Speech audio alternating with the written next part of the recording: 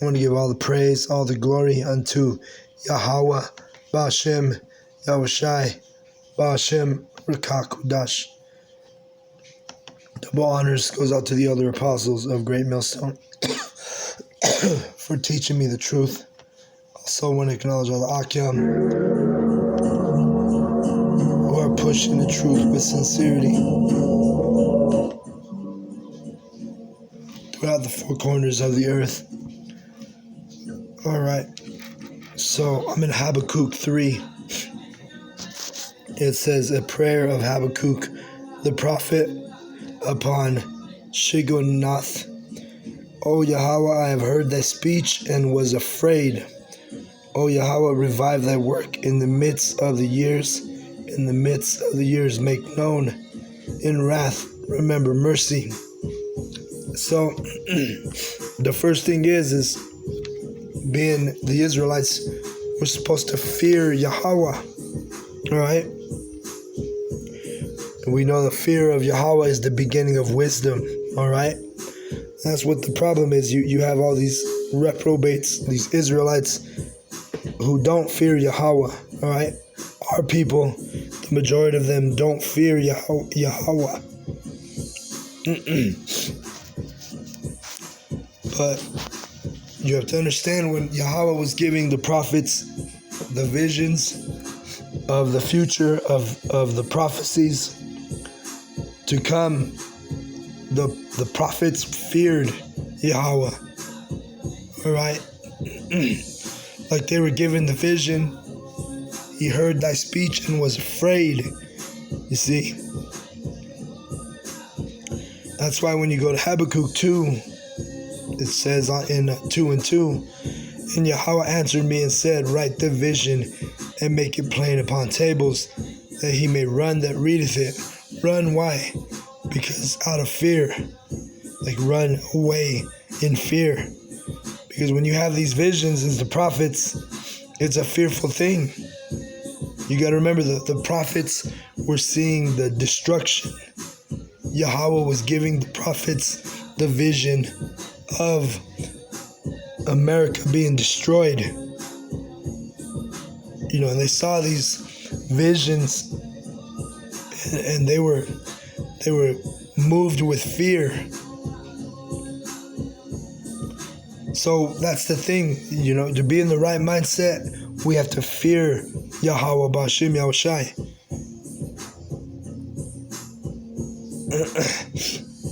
Verse 3, Habakkuk 3:3. The Most High came from Teman, and the Holy One from Paran, Selah. His glory covered the heavens, and the earth was full of his praise. I am talking about them chariots. The glory, those chariots are going to be powerful and glorious, right? Like it tells you that in Matthew 24. The Yahushua is coming back with power and great glory. So that's how that glory is going to cover the heavens, because there's going to be so many chariots in the sky. Let me get that real quick. Salakia, my voice is all fucked up.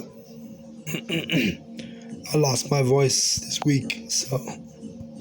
But this is Matthew 24.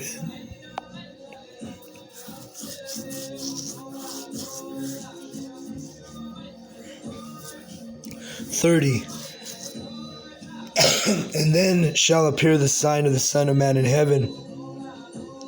And then shall all the tribes of the earth mourn, and they shall see the Son of Man coming in the clouds of heaven with power and great glory. So that's why the heavens are going to be filled with his glory, because you're going to see the Lord's army. The Lord of hosts' army is going to be in the sky, and it's going to be fearful to the heathen. So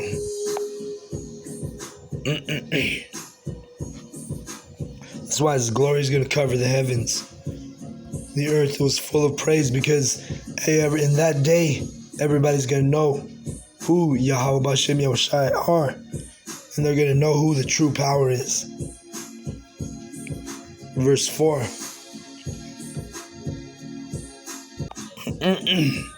Verse 4 says, and his brightness was as the light, he had horns coming out of his hand, and there was hiding of his power. There was the hiding of his power. So the horns, it deals with like lights coming out of Yahweh's hands, which, that's where they get the concept in Greek mythology. Zeus, Thor, throwing lightning. It comes from the Bible. Yahawah is the one who has the power to, throw lightning with his hands. Verse 5. Before him went the pestilence, and burning coals went forth at his feet. All right, talking about, like I said, the destruction. Remember Habakkuk, he had great fear when the Lord gave him the vision of the destruction of Babylon. He stood and measured the earth, and he beheld and drove asunder the nations, and the everlasting mountains were scattered. The perpetual hills did bow, and his ways are everlasting. All right, so Yahawah, he's gonna separate these nations. These mountains are gonna be scattered, meaning there's gonna be total chaos during the destruction.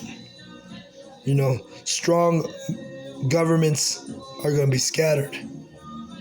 They're going to be moved out of their place.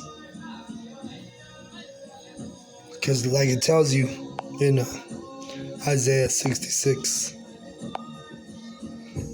63.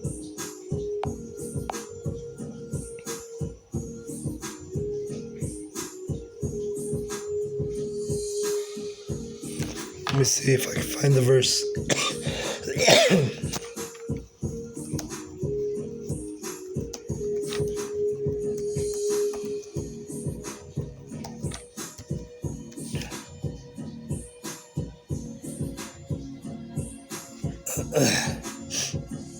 Okay, it was actually, let me see.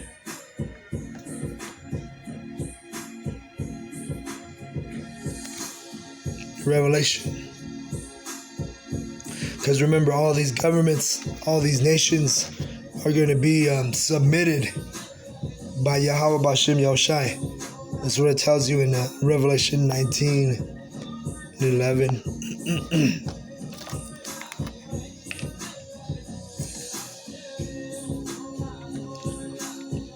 It says, verse 12, 19 and 12, his eyes were as a flame of fire, and on his head were many crowns.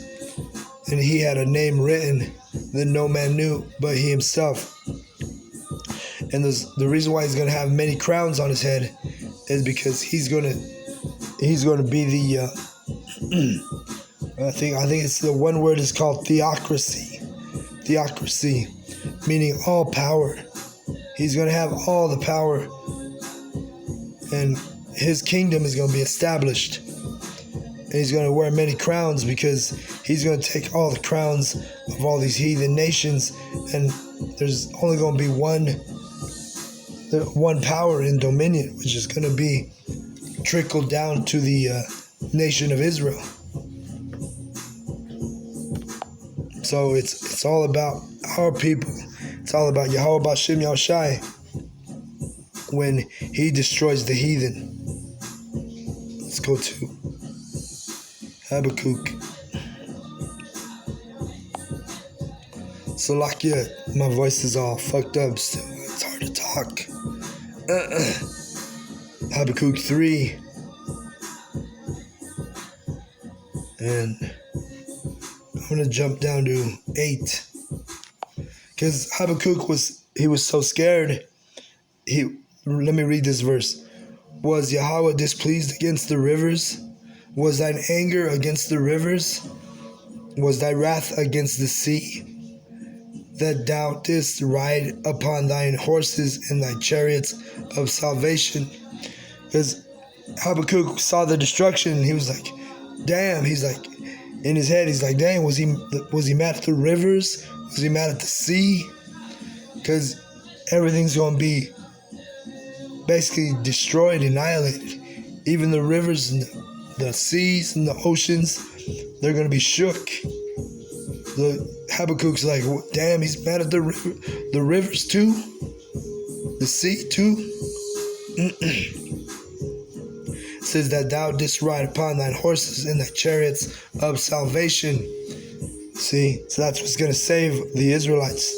The elect are going to be the chariots of salvation, the so-called UFO. That's our instrument of salvation for the elect. Verse 9, thy bow was made quite naked, according to the oaths of the tribes, even thy word, Selah, thou didst cleave the earth with rivers. The mountains saw thee, and they trembled. See, dealing with, metaphorically speaking, the governments, and also the physical mountains. The mountains are going to be moved during the destruction. All right? You're going to have nuclear missiles impacting the mountains, moving them out of their place. You're going to have the chariots. Not only are they going to give us salvation, the elect, but they're also going to be shooting concentrated fire at Babylon. The overflowing of the water passed by. The deep uttered his voice and lifted up his hands on high. The sun and the moon stood still in their habitation. At the light of thine arrows they went, and at the shining of thy glittering spear. Right? That's dealing with the missiles. The glittering spear is a metaphor for the missiles, the nuclear missile. Verse 12, thou didst march through the land of indignation. Thou didst thresh the heathen in anger. Because Yahawah B'Shem Yahshai is going to destroy the heathen nations. Remember, Yahawah Shai is going to wear many crowns. Because he's taking all those governments, he's taking all those kings, presidents, dictators, any type of leader from the heathen are going to lose their power in that day.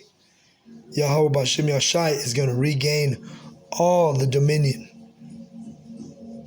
And this is what it is. But to be a part of this elect, you have to fear Yahawah B'Shem Yahshai. To receive salvation, we have to fear. We have to have that fear in us. Like the prophet Habakkuk in this chapter, he had the fear. He was afraid. Because why? He saw this destruction. He saw the mountains being destroyed. He saw the rivers being, overthrown. The sea, the oceans, He saw the earth shake. So I'm gonna close out on that, just because, like I said, I'm having a hard time with my voice. But I'm gonna give all the praises, all the glory unto Yahawah B'Shem Yahshai. Double honors goes out to the elder apostles of Great Millstone for teaching me the truth. Also one.